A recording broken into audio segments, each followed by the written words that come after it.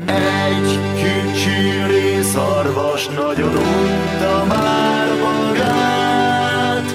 Hát karácsonyra meghívta pár szarvas rokonát.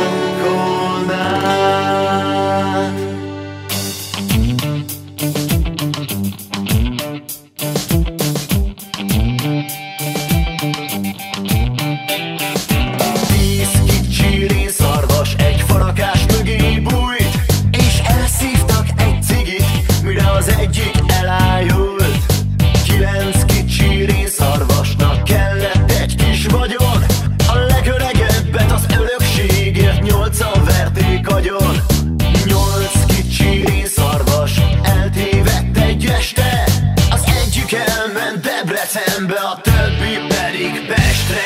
Egy mindenkiért és mindenki egyért. Ne aggódj ember, hidd el, nincs miért. Pörög az élet és a kör végén mindig megszívja valaki, vagy te vagy én.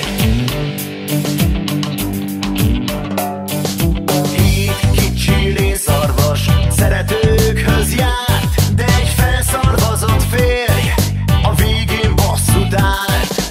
6 kicsi részarvas adócsaló lett, de bezártak egyet a 6-ból, 5 megfizethetett. 5 kicsi részarvas diszkóban is volt, de kidobtak egyet a rendészek, mert valamit beszólt.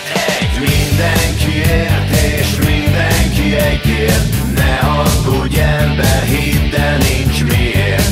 Pörög az élet és a kör végén mindig megszívja valaki, vagy te vagy én. Itt vagyunk és elmegyünk, de össze nem dől ez a világ. Holnaptól majd velünk, vagy nélkülünk, az élet megy tovább. 4 kicsi részarvas katonának állt, és versenyt ittak, míg végül a győztes bekrepált. 3 kicsi részarvas étteremben volt, 2 bélszint kaptak, a harmadik ergen marhakort. 2 kicsi részarvast igazoltatták, egy illegálisan volt az országban, hát kitoloncolták.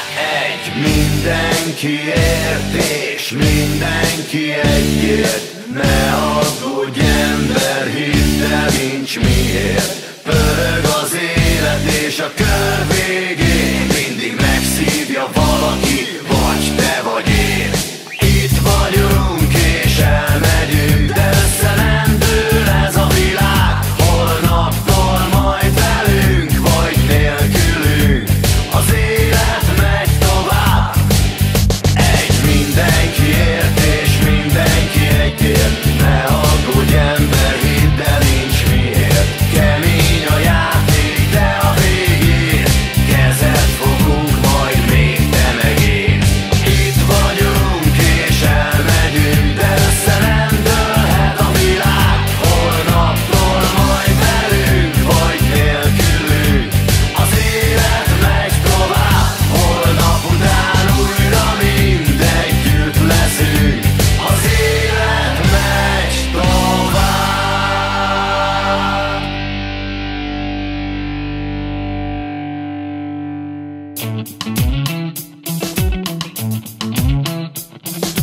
Egy kicsi részarvas nagyon unta már magát, hát szilveszterre meghívta pár szarvas rokonát.